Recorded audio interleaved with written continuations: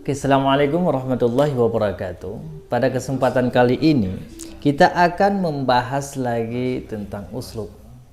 Karena kemarin itu ada yang request, Kak, bahasa Arabnya ngomong-ngomong apa sih? Kan seperti itu. Maka di video ini kita akan menjawab, apa sih bahasa Arabnya itu ngomong-ngomong? Iya toh.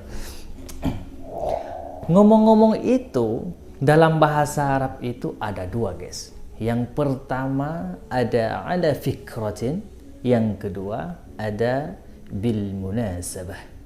Yang pertama ada fikratin, yang kedua ada bil munasabah.